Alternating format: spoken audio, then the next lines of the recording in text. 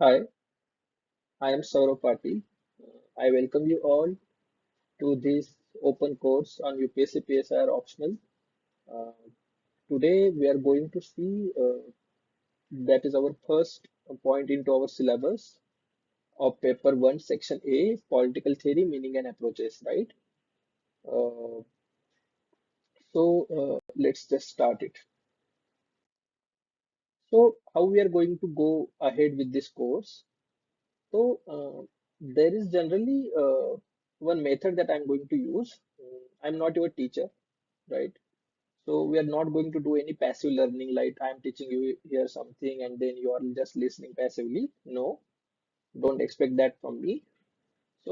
This is sort of a participatory collaborative exercise. Mm, uh, Here we are going to discuss one sort of a strategy, how we are going to study for this next upcoming week. And later you are going to refer these sources, you are going to study on your own way. So I'm just channelizing or directing your energy into certain way, right? So I'm just a facilitator for this, sort of course. So uh, there is one scholar Dale, you know, he actually come up with one, cone of experience. तो general क्या होता है कि 10% of what they read मतलब हम जो भी पढ़ते हैं राइट ओनली 10% ही हम उसमें से याद रख सकते हैं या we remember this only 10% of it right then 20% of what you hear right जो भी हम सुन रहे हैं इधर उधर से उसमें से 20% हमारे दिमाग में we can remember that. And if you, this both combine, then you can define something, you can describe, you can explain something, right? After reading and hearing, right? So अगर आप जो भी पढ़ रहे हो सोर्सेस से और जो भी मैं यहाँ पे बोल रहा हूँ आप अगर वो सुनेंगे तो भी it's only 20% of what you will get, right? You will only able to define, describe, explain. अगर आप 30% of what they see, right? अगर जो भी हम पढ़ रहे हैं, right? We are suppose we are going to learn today about political theory. तो अगर हम उसको अप्लाई करते हैं हमारे डे टू डे लाइफ में और हम उसके बाद उसको अगर समझते हैं जैसे कि सपोज आपने स्टेट पढ़ा राइट और स्टेट पढ़ने के बाद आपने आपके गांव की जो भी ग्राम पंचायत है या जो भी पुलिस सिस्टम है या जो भी आप जा रहे हो just right you are travelling and there is a traffic inspector और पुलिस और मतलब आप ऑब्जर्व करते हो राइट या कोई मार्च चल रहा है प्रोटेस्ट चल रहा है पार्लियामेंट का सेशन चल रहा है आप जैसे ही संसद टीवी या राज्यसभा टेलीविजन खोलते हो उसके बाद आप देखते हो कि डिस्कशन कैसे चल रहा है राइट. तो इसको जब आप ऑब्जर्व करोगे यहाँ पे आप लिबर्टी इक्वालिटी डेमोक्रेसी पढ़ के आप उसको जब ये सब पढ़ने के बाद जब आप इंडियन एक्सप्रेस द हिंदू या कोई भी न्यूज़पेपर खोलोगे और तब उस न्यूज को उस एंगल से देखोगे राइट तो यू विल बी लाइक 30% आपका काम हो जाएगा राइट. उसके बाद 50% of what they see and hear मतलब आप दोनों भी जब करोगे मतलब इतना सब आप करने के बाद लगभग 50% आपका काम हो जाएगा लेकिन this is also not enough for this exam right. उसके बाद 70% ऑफ व्हाट दे से एंड राइट. सबसे इंपॉर्टेंट यहाँ पे राइटिंग. सपोज हमने आज देखा कि पॉलिटिकल मतलब क्या है पॉलिटिकल थ्योरी का मीनिंग क्या है अलग अलग अप्रोचेस कौन से है. उसके बाद जब आप किसी सोर्स से वो पढ़ोगे उसके बाद उसकी एक नोट मेकिंग करोगे पीवाईक्यूज देखोगे उसके हिसाब से अपनी नोट स्ट्रक्चर करोगे और उसके बाद ये सब साइड में रख के खुद से जब लिखोगे वो एक इनर्शिया जो होता है ना कि मैं परफेक्ट आंसर लिखूंगा सब मेरा हो जाने के बाद वो कभी नहीं आता वो दिन. उसके बाद जब आप लिखोगे ना तो उसमें से लगभग 70% आपका हो जाएगा और इतना इस एग्जाम के लिए इनफ है. उसके बाद 90% तक जाने की जरूरत नहीं है मतलब still if you are performing the task मतलब आप जब जो भी आप खुद को एक्सप्लेन कर रहे हो किसी बोर्ड पे लिख रहे हो किसी न्यूज़पेपर पे रख रहे हो फिर आप खुद को समझा रहे हो राइट. तो उसके बाद आप रोज डेली राइटिंग की प्रैक्टिस कर रहे हो उसके बाद लगभग 90% आपका काम हो जाएगा. तो उसके बाद ही आप you will be able to analyse design create evaluate something right. तो हमें ये अचीव करना है लगभग 90% तक हमें पहुंचना है. उसके लिए सबसे इंपॉर्टेंट है आप लोगों का इन्वॉल्वमेंट. पैसिव लर्निंग नहीं चाहिए. आप 10 भी बुक्स पढ़ोगे कुछ नहीं होने वाला है. आप 10 लेक्चर्स देखोगे यूट्यूब खोल के या किसी भी क्लास को ज्वाइन करोगे उससे कुछ नहीं होने वाला है राइट. तो हमारे कोर्स सॉर्ट ऑफ ऐसे होगा. This is just a first lecture I am going to do this experiment. आपका रिस्पॉन्स कैसे आता है आपके व्यूज फीडबैक कमेंट कैसे आते हैं उसके उसके ऊपर एक कोर्स रन करेगा right. If I'm not getting any response, then this will I'm going to stop this initiative. It's completely up to you, right? एक भी इंसान जो भी ये वीडियो देख रहा है उसकी जिम्मेदारी बनती है कि ये एटलीस्ट 5 से 10 लोग और शेयर करे ताकि वो भी हमसे जुड़े, क्योंकि at then this all UPSC preparation is about collaboration, cooperation, coordination, between among ourselves, right? This is not एक दूसरे का टांग खींचने वाला एक्सरसाइज नहीं है, right? So nobody will go anywhere there. So जितना रिस्पॉन्स आएगा इस कोर्स को, we will keep running this course, right? मुझे ऐसे लगता है कि ये मैं जो भी एनर्जी डाल रहा हूँ वो वेस्ट जा रही है, कुछ हो नहीं रहा है, लोग ज्यादा नहीं रिस्पॉन्ड कर रहे हैं, then we will stop this. You can reach out to me on Telegram, you all know this my id, on this channel also there, right? So we can discuss there if you have any queries, etc. Also you can comment into comment box, right? So let's see now. uh,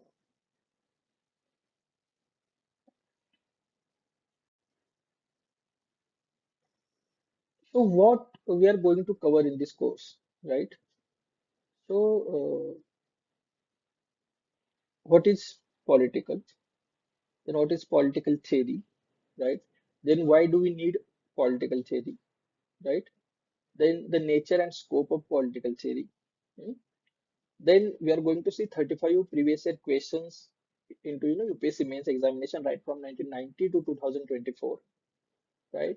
Then while discussing these questions, we will see just in brief how we can approach that particular question. Then on base of making this as a base, these 35 questions, we will logically or chronologically, not chronologically in the sense time sense, no, chronologically in the sense syllabus के जो भी हिसाब से वो progressive evolution है, उसके हिसाब से हम उसको एक माइक्रो लिस्टिंग करेंगे एक अपने नोट मेकिंग के लिए। इस माइक्रो लिस्टिंग और पीवाईक्यूज के बेसिस पे we will structure our notes, क्योंकि अगर वेल स्ट्रक्चर्ड नोट्स होंगे तो लगभग 70 to 80% हमारा काम हो जाएगा। उसके बाद मतलब हम देखेंगे कि कौन से सोर्सेस रेफरेंसेस से ये सब करना है, राइट? तो लेट्स स्टार्ट इट। तो व्हाट इज पॉलिटिकल? मतलब you can comment to comment boss, what do you mean by political? जब हम पॉलिटिकल कहते हैं तो उसका मतलब क्या है? मैं इसलिए पूछ रहा हूँ क्योंकि there was in 2024 last year there was question, illustrate the meaning inherent in the term political with appropriate illustrations। लगभग 20 मार्क्स का क्वेश्चन था ये, लगभग 4 pages you are suppose to write on this question, what is political, right? So I'm recurring actually this Raju Bhargava political theory, then OP Gova political theory, and Andrew Wood actually, and IGNU notes. So by these 3 to 4 sources, I'm making my own notes that you can able to see on the screen. तो political का अर्थ क्या है, right?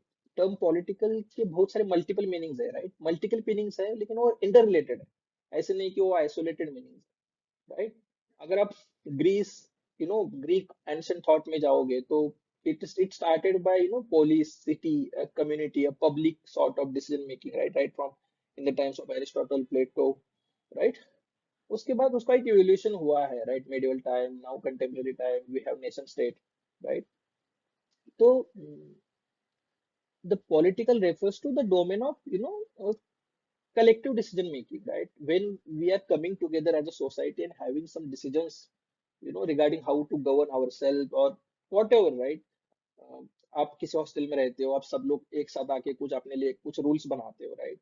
Mess का timing क्या होना चाहिए, या पानी की कोई समस्या है, या कुछ जो भी रूल्स होंगे आपके, राइट? आप अपने क्लासरूम में सब सब मिलके कुछ रूल्स बनाते हो, या जहाँ पे भी आप एज अ कम्युनिटी आप एक साथ आते हो, जैसे गांव में ग्राम सभा होती है, सब गांव के लोग एक साथ आ गए, उन्होंने खुद के लिए कुछ रूल्स नॉर्म्स डिसाइड किए। तो इसको हम कहते हैं एक सॉर्ट ऑफ कलेक्टिव डोमेन है, ये कलेक्टिव डिसीजन मेकिंग का एक डोमेन है political, right? Rajeev Bhargava, we know all this is a eminent scholar who says that political is the space where power, interest and values intersect to shape societal outcomes, right? What is power, interest, and values? These three are intersecting, and they are shaping the societal outcomes, right? It involves decision making about governance, resource distribution, rights. So in classical politics, it was confined to police or city state. उसके बाद इस city state में आपका participation deliberation to achieve some common goods in modern interpretation is it actually broadened, right? State, uske bhi beyond social movements, power dynamics, beyond formal institutions, right? There where we have the personal is a political wala, radical feminist, right? कि घर के चार walls के अंदर भी violence है, domestic exploitation है, right? And we can't just ignore that, right? कि private space है कह के. So personal is political के बाद political का पूरा scope broaden हो जाता है, right? So, political is inherently tied to power and values. As Bhargava explains, it encompasses both exercise of power, whether to dominate or liberate, right? Authoritarian and dictatorial regimes में exercise of power जो है वो to dominate है, right? And in other societies, it is to liberate, right? So, जैसे हन्ना errant कहती है कि politics is right action या concept right so action action in a concept right तो उसके बाद articulation of ethical vision for a society right so political is not confined to government but it extends to social movements interaction where power and values are contested there is a contestation there is a conflict there is a debate right there are various approaches various ideologies right so इसको आप अगर expand करोगे अच्छे से I think you will able to write 4 pages you know Aramat. So let's go on to the next slide, right? So what is political theory, right?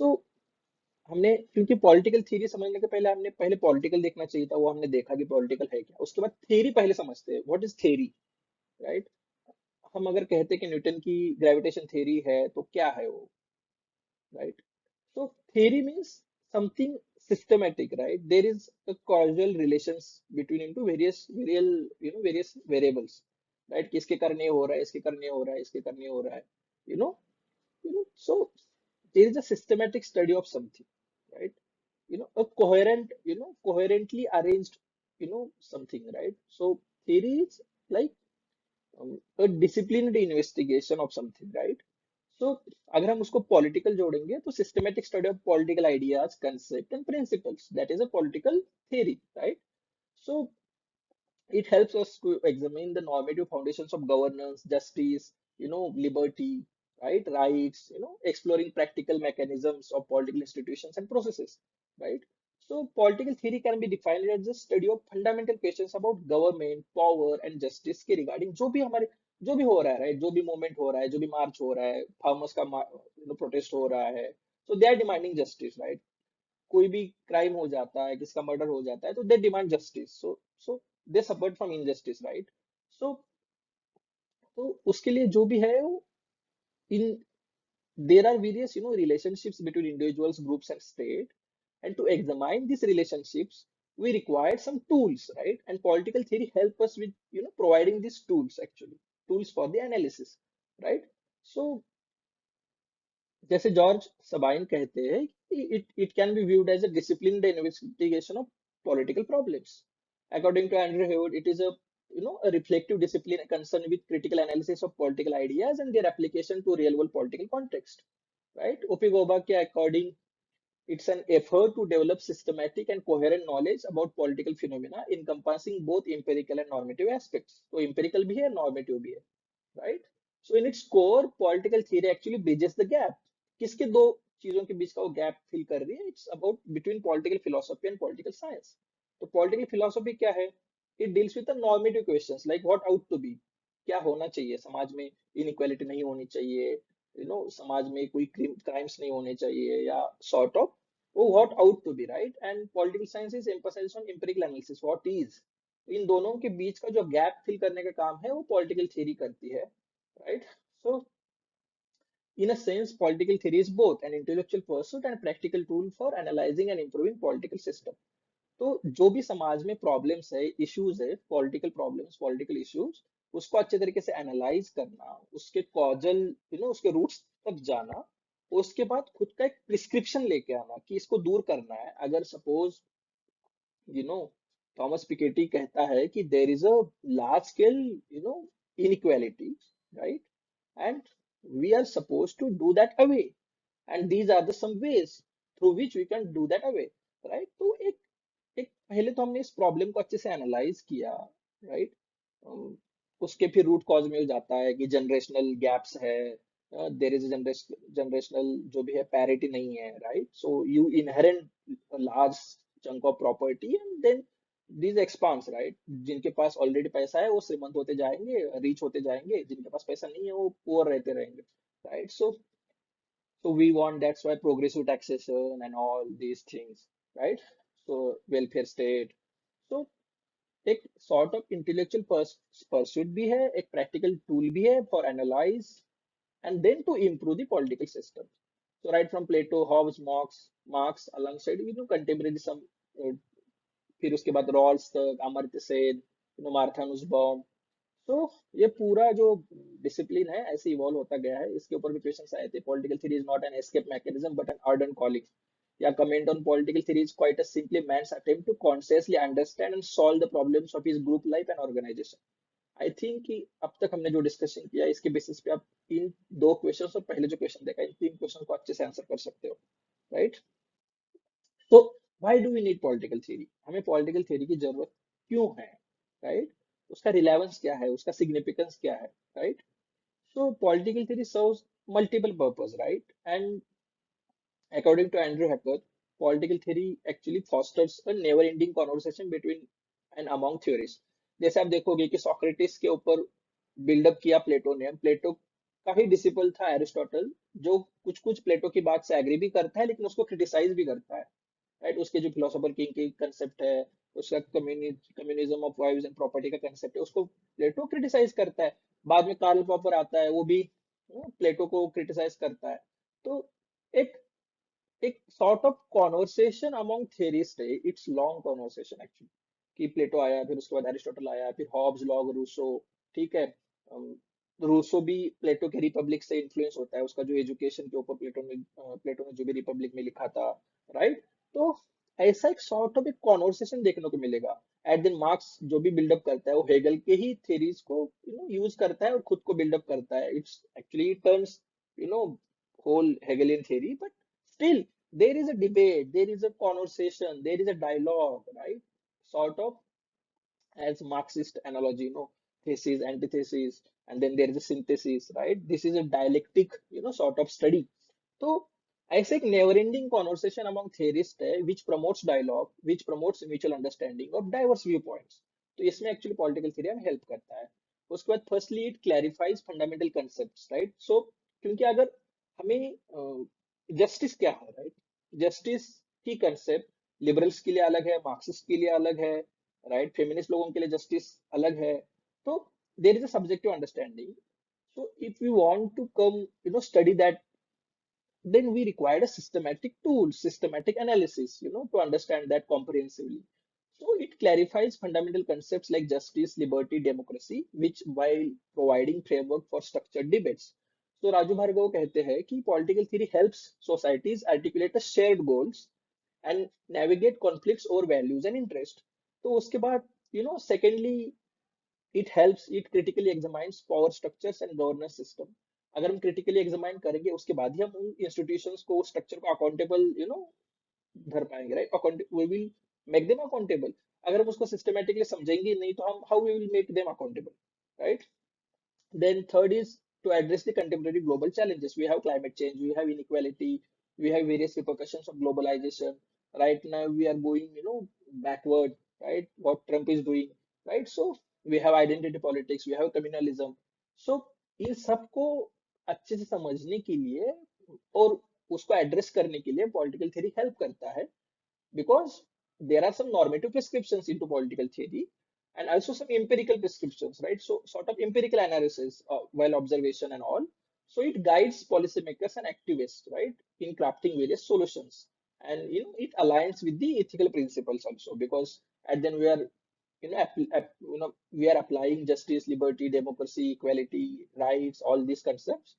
So at the end, it enriches civic education, empowering individuals to engage into public life.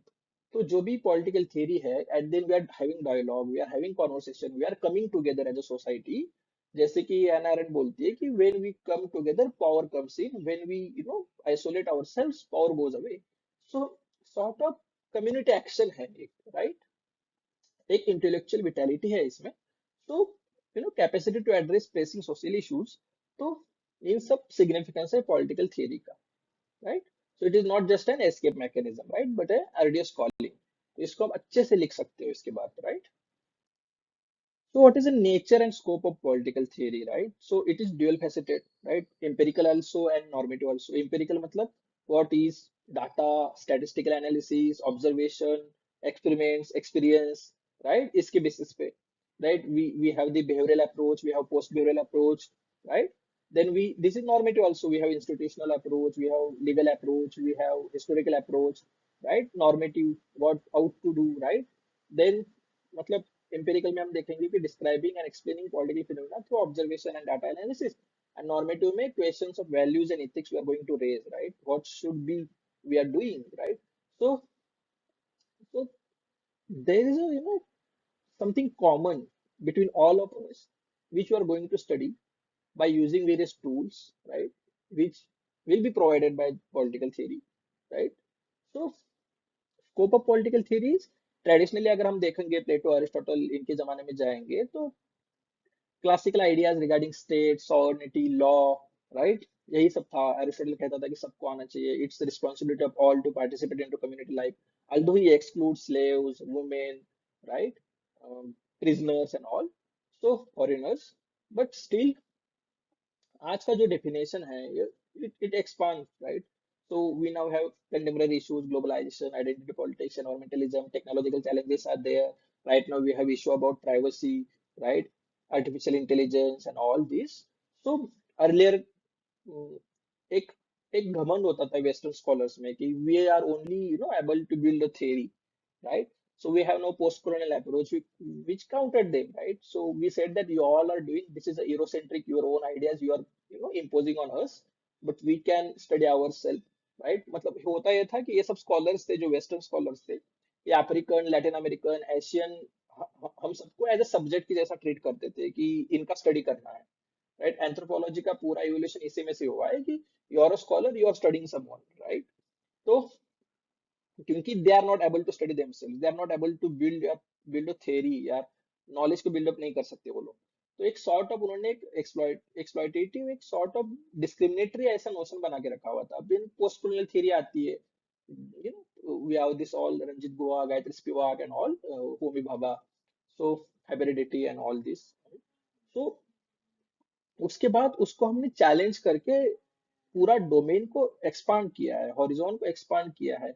After feminist thought revolution, radical revolution, we have personalism political, उसके बाद और भी broad किया है उस पूरे domain को.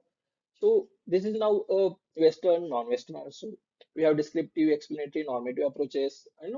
So at the end, political theory plays a pivotal role, in understanding the past, analyzing the present, and envisioning the future of our political life. इस तरीके से आप इसको कंक्लूड कर सकते हो अपने आंसर्स को.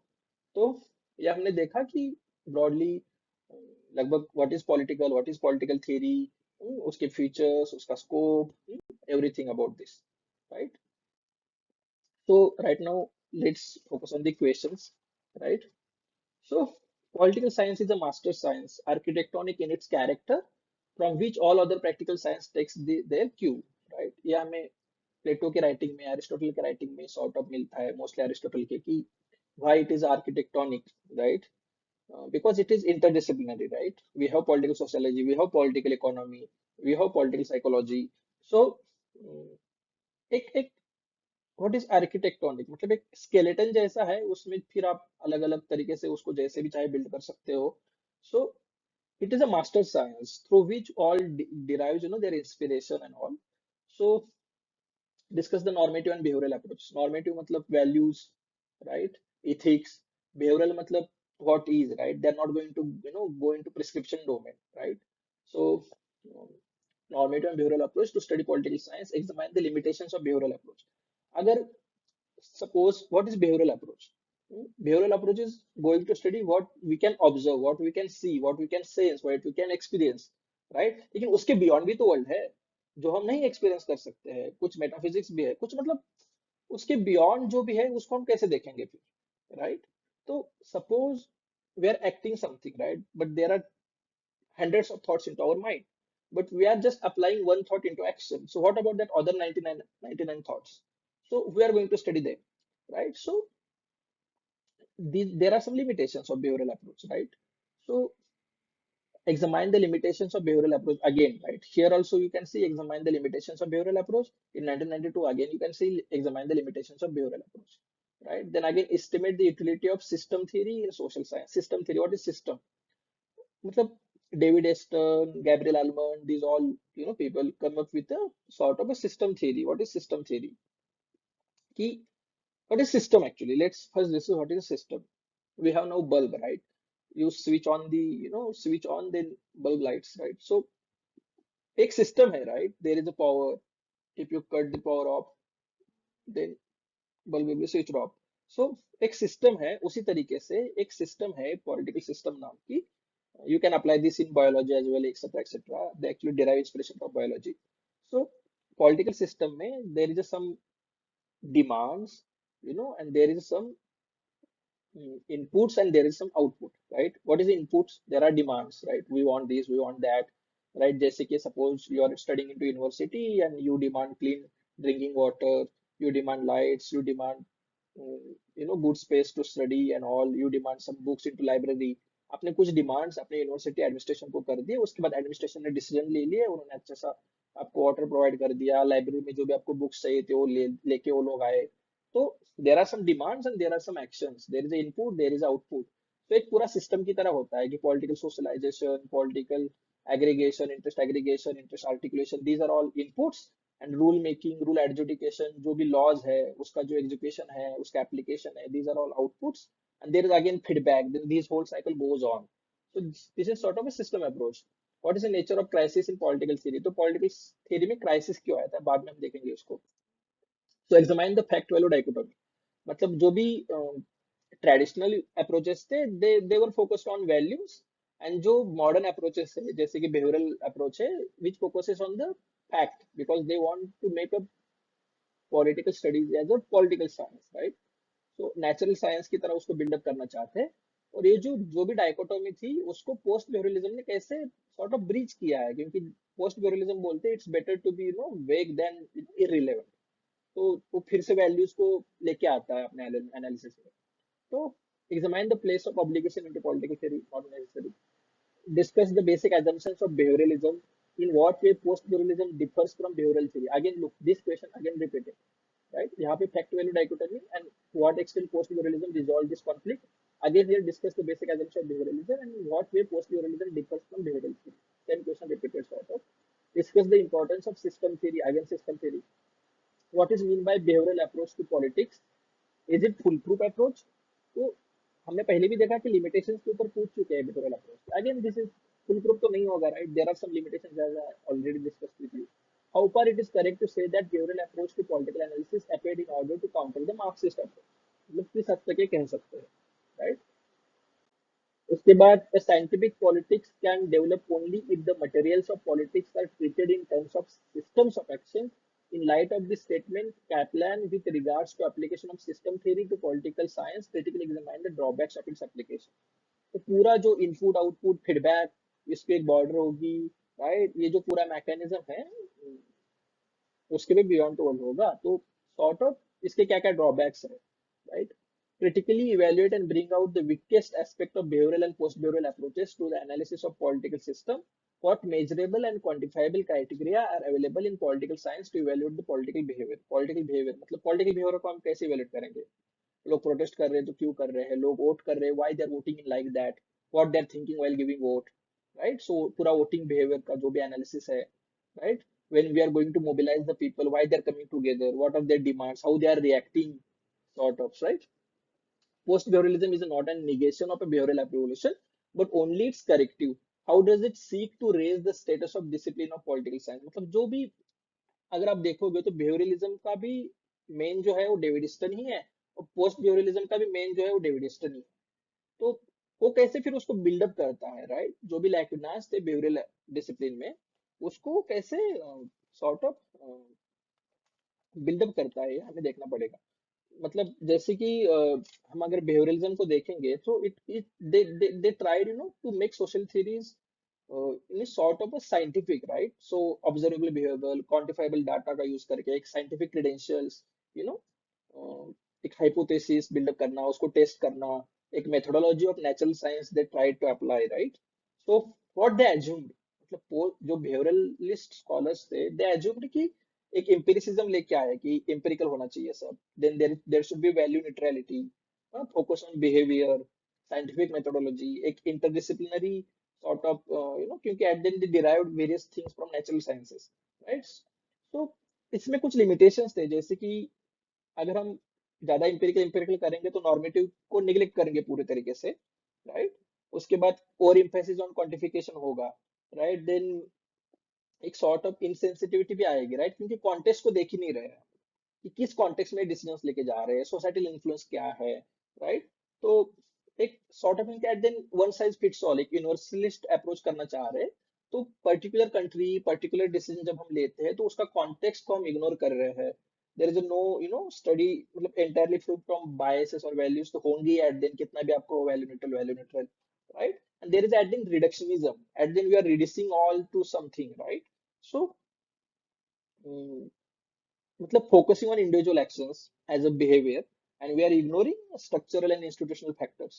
So these were some limitations, and उसको फिर post pluralism जो है वो sort of breach करता है कि वो critique भी करता है पहले, और फिर उसका एक extension भी है behavioralism का, right? So it integrates again normative concerns and empirical methods. तो इन दोनों को integrate करके ये बोलता है कि it's better to be politically relevant, right? And to address the real world challenges. So sought to make political science more relevant, ethical and action oriented. तो post behaviourism के कुछ कुछ एजम्पशंस है, जैसे कि रिलेवेंस है, integration of norms and facts है, activism है, मतलब scholar should be actively involve into doing away the societal problems, फिर एक इंटरडिसिप्लिनरी भी है। तो उसके भी कुछ कुछ लिमिटेशंस है, जैसे कि सब्जेक्टिविटी है, मेथोडोलॉजिकल एम्बिग्यूटी है, right? At then what you are going to do, right? So overreach भी है, calling for activism may compromise scholarly analysis, क्योंकि at then you are going to take stand and all. So there are some implementation challenges, right? Balancing scientific rigor with relevance and ethical engagement is complex at the end. So but still, behavioral revolution was significant because they brought scientific empirical analysis, empirical methods within a, political studies, the rigorous methodologies. And at then earlier we just had, abstract concepts, right? And they brought some sort of pragmatism, practicality, into our discipline, and also made political science, political studies a interdisciplinary one. So ये कुछ आप लोग कह सकते हैं कि post behavioural revolution के बारे में, right?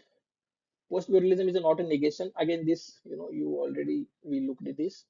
Comment on relevance of contextualist approach to study a political theory. What is contextualist approach?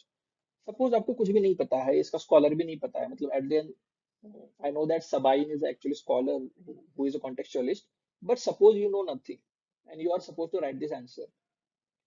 So first thing is, you know what is political theory, right? So this is done. Relevance of something, मतलब उसका एक relevance बताना है. So contextualist approach मतलब हमने अभी देखा किसी तरीके को देखने का एक हमारा एक अप्रोच होता है. तो कॉन्टेक्स्ट मतलब किसी भी चीज को उसके कॉन्टेक्स्ट में देखना, राइट? अगर मेरी ओल्टन स्टॉप कुछ कह रही है तो उसके पीछे जो भी फ्रेंच रिवोल्यूशन हो रहा था उसका कुछ तो कॉन्टेक्स्ट होगा. अगर हॉब्स कुछ कह रहा है तो उसके वो पूरा प्यूरिटन रिवॉल्यूशन एंड फिर वो पूरा सिविल वॉर, उसके बाद खुद की लाइफ, और लाइफ की ही गारंटी नहीं है तो वो प्रिजर्वेशन के लिए, सिक्योरिटी के लिए इतना इंपॉर्टेंस देगा, कुछ तो लेवाइथन लेके आएगा, उसका कुछ तो कॉन्टेक्स्ट होगा. जब आप लॉक को स्टडी करेंगे तो it was a bloodless revolution, glorious revolution, इसलिए वो कहेगा कि this is everything is peaceful, human nature is good, satisfactory and all. तो कुछ तो उसका कॉन्टेक्स्ट होगा जिस कॉन्टेक्स्ट में लॉक हॉब्स लिखेगा. मार्क्स अगर कुछ लिख रहा है तो अगर आप just search on the YouTube कि ऐसे जैसे अभी जो पोल्ट्री आपको पता है, जो मुर्गा मुर्गी को पूरा भरा जाता है ऐसे पूरा एकदम, ऐसे वर्कर्स को भरते थे. और छोटे छोटे बच्चों से भी लगभग 12 12 घंटा 14 घंटा काम करते थे. और मतलब अगर इतना सब होगा तो कुछ तो कहेगा, कुछ तो लिखेगा, कुछ तो मतलब एक्सप्लॉइटेशन उस जमाने में हो रहा होगा या अभी भी होता है. तो किसी भी थॉट को उसके राइटिंग को, अगर प्लेटो कुछ कह रहा है, एरिस्टोटल कुछ कह रहा है, एरिस्टोटल अगर प्लेटो कुछ डेमोक्रेसी को क्रिटिसाइज कर रहा है, तो उसके पीछे कुछ तो रीजन था। सोक्रेटिस ने हेमलॉक लेके वो पूरा उसका डेथ जो भी हुई, सॉर्ट ऑफ, तो उसके बाद वो कुछ तो कहेगा ना। तो ये पूरा जो स्पार्टा एथेंस का वॉर, उसके पीछे का कॉन्टेक्स्ट है, तो किसी भी सोर्स को, किसी भी बुक को, किसी भी स्कॉलर को उस कॉन्टेक्स्ट में रख के हमें समझना चाहिए, राइट। तो this is a contextual approach. लेकिन उसको फिर काउंटर कैसे करेंगे कि some books as some philosophers, they are, eternal, right? Their value is eternal. You can't limit them to certain context, right? तो उसको भी फिर कैसे काउंटर किया जा सकता है? तो ये जो पूरा थॉट है, इसके ऊपर हमें लिखना था, right. Examine the argument in the normative and empirical. Again, this value and fact value dichotomy, right? You can write this well. उसके बाद what is the nature of crisis in political theory. Crisis मतलब क्या हुआ कि world war 2 के time में ऐसा लगने लगा कि this is all abstract, unable to we are unable to solve the problems of our society. And फिर उसको काउंटर किया, बिहेवियरलिस्ट लोग आए, उन्होंने पूरा फिर इंपेरिकल मेथड्स लेके आए, और उसने उन्होंने जो ट्रेडिशनल जो भी पॉलिटिकल थ्योरी थी उसको काउंटर किया। तो उस पूरे जो भी फेज था उसको हम कहते हैं पॉलिटिकल थ्योरी में crisis, right. Explore the changing analytical perspectives in the development of political theory. मतलब पहले ट्रेडिशनल्स थे, फिर उसके बाद मॉडर्न्स आए, फिर behaviourism, post behaviourism, system theory, फिर ट्रेडिशनल्स में भी liberals, Marxist, new liberals, post liberals. तो ये जो पूरा रियलिस्टिक है, नॉर्मेटिव है, तो ये जो पूरा अलग अलग पर्सपेक्टिव्स है, right. Comment on political theory is quite simply man's attempt to consciously understand and solve the problems. ये हमने पहले ही देखा कि व्हाट इज पॉलिटिकल थ्योरी, उसके उसके टाइम में ही हमने उसका स्कोप नेचर देखा, तभी इसको देखा। Then discuss the significance of normative approach to political theory. Again we already seen that, क्योंकि कुछ नॉर्म्स नहीं होंगे तो हम कैसे अंडरस्टैंड करेंगे कि एक्शन सही है या गलत है। अगर हम यही नहीं अंडरस्टैंडिंग कर पाएंगे कि एक्शन इज राइट और wrong, then how we will जज, how we will hold them accountable, right. So norms होने चाहिए ना, एट द एंड कुछ तो होना चाहिए। Then comment the difference between normative and empirical. Again this repetition, right. Normative approach to political science. Again, examine the significance of behavioral revolution. We already seen this. Examine the importance of behavioral approach in politics theory. हमने already देखा कि वो interdisciplinary approach लेके आया, वो एक rigorous methodological systems लेके आया, वो एक you know sort of scientific approach लेके आया, right? We seen observing the behavior of people, right? So उसको हम अच्छे से लिख सकते हैं। Behavioral approach to political science, comment on post behavioral approach, right? So again, value, bringing back values and all this, right? Relevance, context. तो again post behaviouralism के ऊपर question, comment on decline of political theory, हमने already देखा। Then again repeat, 2018 में भी आया था, 2023 में फिर से decline of political theory. Then comment on resurgence of political theory. मतलब क्या हुआ कि बिहेवियरलिज्म का जो भी चैलेंज था पॉलिटिकल थ्योरी को, ट्रेडिशनल पॉलिटिकल थ्योरी को, उसको हम कहते हैं क्राइसिस। लेकिन एट देन पॉलिटिकल थ्योरी खत्म हुई क्या, वो पिक्चर से बाहर गई क्या? नहीं, right. They stood with the time, right. So again we have the John Rawls, again distributive justice, all his concepts. Then we have capability approach of Amartya Sen, Martha Nussbaum, sort of feminist capability approach. So again, political theory, fought back and again came into picture and we fought, right? So this is a sort of resurgence of political theory, right? उसके बाद political theory is not an escape mechanism but an order discovery. We already seen this while we initially discussed some things, right? So comment on system approach. We already seen sort of system analysis. Politics in terms of a political system, right? So we have David Aston, who says that politics is an authoritative allocation of value. So there are some demands, there are support. Then we have some decisions, policies. Then we have feedbacks, right? So this is a sort of, we have this all system approach, right? So we have demands for allocation of goods and services for like education, health. We have regulation of behavior, control over market and all. We have participation in political system. We have communication, information. Support is like material support, obedience to law and regulation, participatory support. We are voting, we are participating into political discussion, we are paying attention to government communication. We display our respect to public authority. And output is like, extraction, levy of taxes, tributes, regulation of behavior, allocation of distribution of goods and services. Like symbolic output hota hai, right? So then there is a feedback mechanism. We have protest, we convey our demand, we have lobbying. So these are all things come into political, system analysis जो भी था।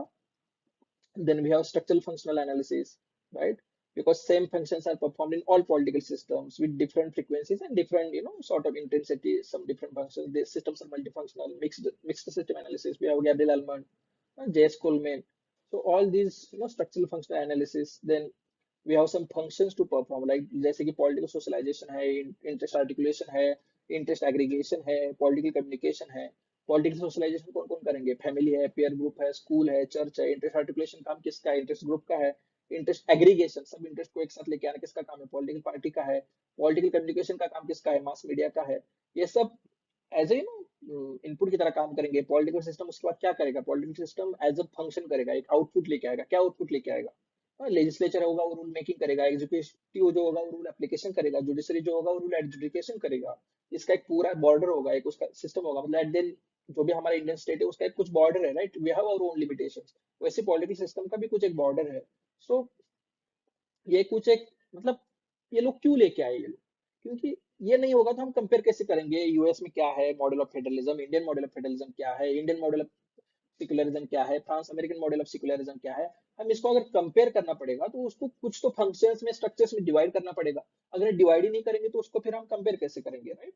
सो it developed a political system characterized by differentiation of structure, right? There is a specialization of work. So take help, actually to understand, go in depth. But there is some criticism also, right? This form of analysis is concerned with system survival. मतलब at the system को survive कैसे करना है, इसके लिए ये मतलब पूरा स्टेटस क्वेस्ट है. अगर सिस्टम को चैलेंज किया, पूरा ओवरथ्रो किया तो क्या, राइट? सो इसका कुछ स्कोप नहीं है इस पूरे एनालिसिस में, राइट? एक वैल्यू न्यूट्रल एनालिसिस है. व्हाट आउट टू बी, उन्होंने क्या करना चाहिए, क्या होना चाहिए सोसाइटी में, इसका तो कुछ वो बात नहीं कर रहे हैं. Not suited for analysis of power relations, उसको तो कुछ बात ही नहीं कर रहे हैं. Project western type of liberal democratic system as a standard model. मतलब उसको क्या करेंगे, जैसे इसलिए फिर केसीवीयर जो है वो इसलिए तो ऐसे बोलता है ना कि जो भी इंडियन मॉडल ऑफ फेडरलिज्म है वो क्वासी फेडरल है. क्यों क्वासी फेडरल भाई कहते हो? क्योंकि एट देन वो यूएस के मॉडल को as ideal, as standard model लेता है, इसलिए फिर वो इंडियन मॉडल को क्वासी फेडरल कहता है. लेकिन we say that our model sui generis. At then we have our own context, we have our own needs, and according to our own needs context we developed our model of federalism, because we were going through partition. There were insurgent movements, there were violence. uh, so sort of we have our own context, so that's why we have this type of federalism, right? So and if it works well for us, then our model is great. Who are you to criticize us? So these sort of you know criticisms were there in this whole um, analysis. Then we have communication theory of Carl Lewis, right? Hmm? Then अगर हम जब कहेंगे कि डेविडिस्टन का model हमने already देखा है, Eurocentrism की भी बात हमने अभी की थी जस्ट. सो एक पोस्ट मॉडर्निस्ट है. Post modernist sort of views are like we have all these Foucault and Lyotard, and these are scholars who will criticize all these meta ideologies, right? They will question everything, right, with enough skepticism. So हमने already देखा, illustrate the meaning inherent in the term political, ये भी हमने देखा था, right? So ये सारे 35 question देखने के बाद हमें अगर जब पॉलिटिकल थ्योरी को पढ़ना है तो उसको कुछ माइक्रो लिस्ट करना पड़ेगा, राइट? सो पहले हम देखेंगे meaning of political for our own conceptual understanding, and what is political theory, understanding political theorem and political philosophy के बीच में डिफरेंस, फिर political philosophy, political theory and political science के बीच का difference, then evolution of political theory over time, right? Then various approaches to political theory. There are some traditional approaches to political theory. There are some contemporary approaches to political theory. Then there is a normative approach. Then there is an empirical approach. Then there is a historical approach, right? We have comparative approach. We have feminist approach. We have post-colonialist approach. We have philosophical approach. We have legal approach. We have institutional approach. We have new institutional approach, right? So we have behavioral approach to political theory. Then we have David Easton's contribution. We have system approach of David Easton. Then there was a crisis and decline of behavioralism. We have then post-behavioralism, right? Then fact value dichotomy जो थी उसको breach कैसे किया post बेहरिज्म ने. Then credo of relevance in post behaviorism, right? उसके बाद crisis of political theory या decline of political theory. मतलब मिड 20th सेंचुरी जब वर्ल्ड वॉर 2 खत्म होने को आ रहा था, वो जो पूरा टाइम था with the rise of behaviourism, they came up with empirical value neutral quantitative analysis, and they sidelined all normative philosophical inquiries, right?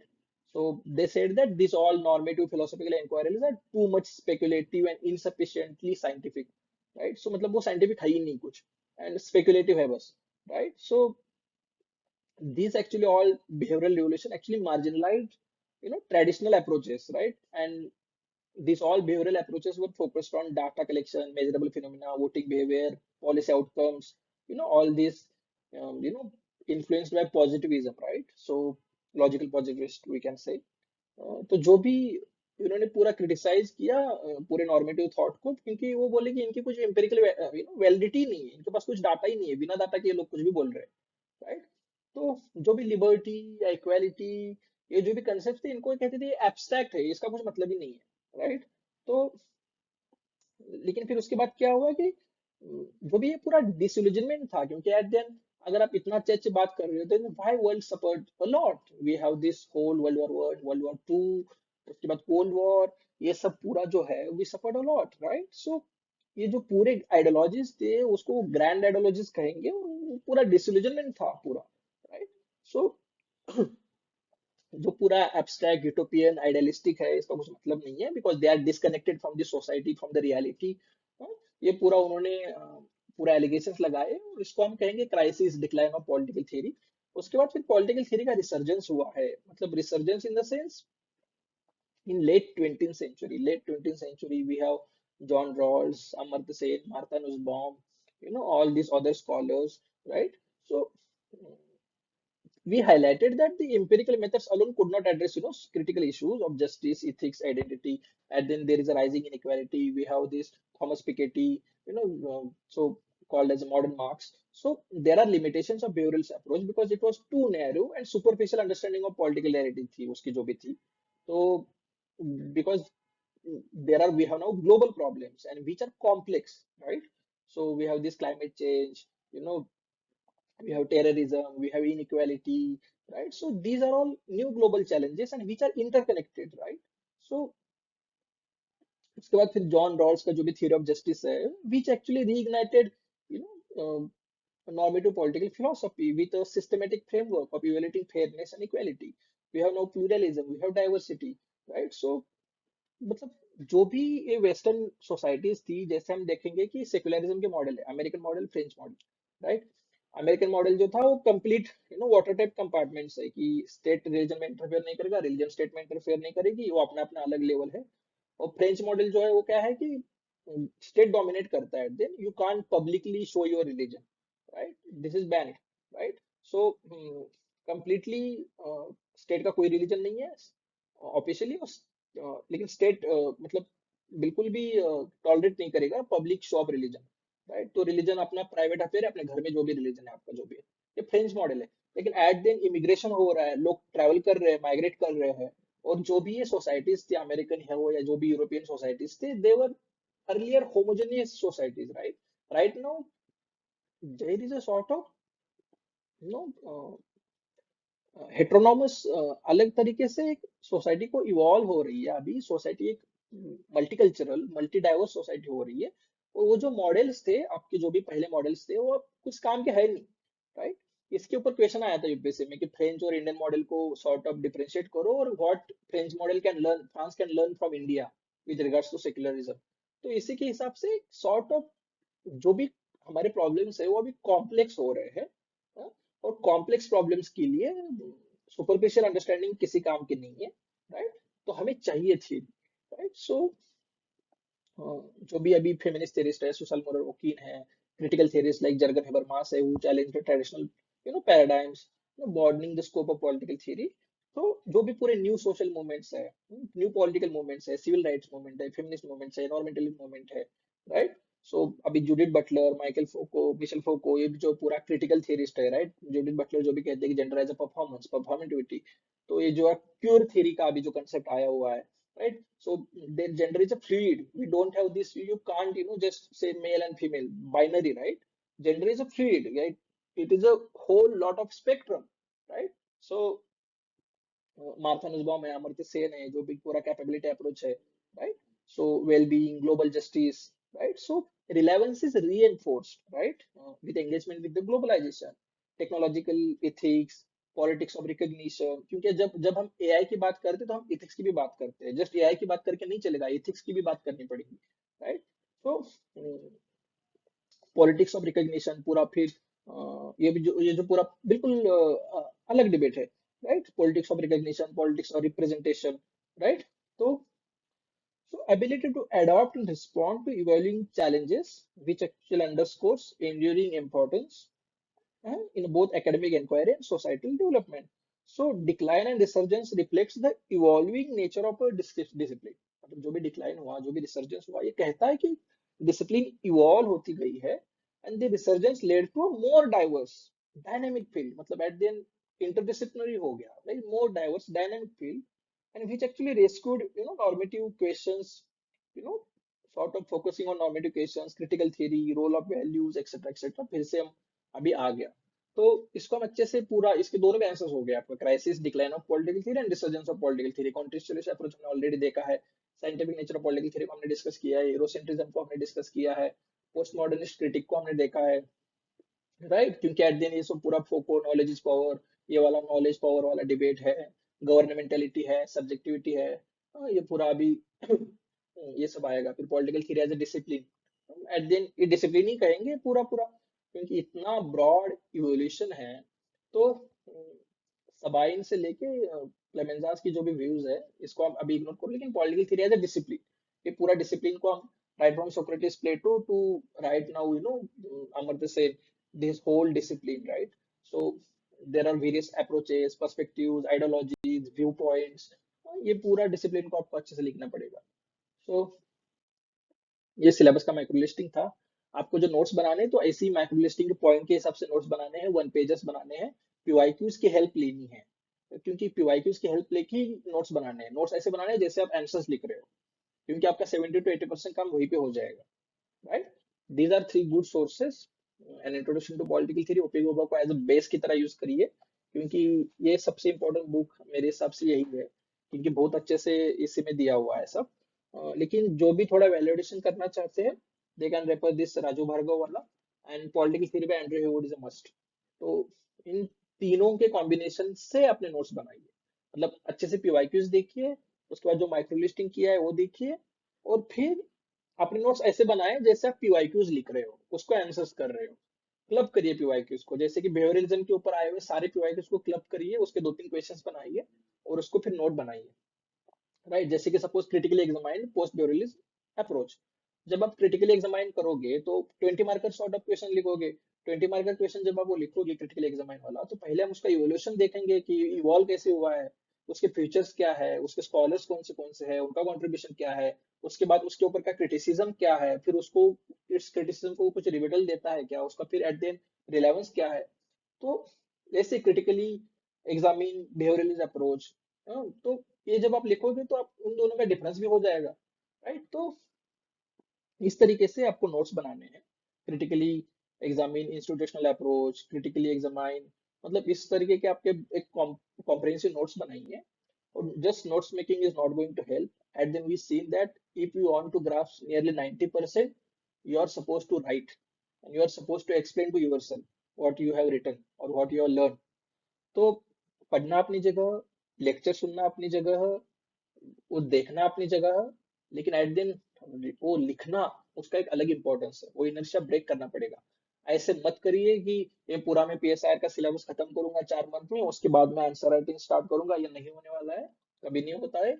तो ये जो भी पॉलिटिकल थ्योरी आप अच्छे से इन तीनों बुक से पढ़ेंगे, अपने नोट्स बनाएंगे, उसके बाद आप सब नोट्स को, बुक्स को साइड में रखेंगे और आप प्रैक्टिस करेंगे।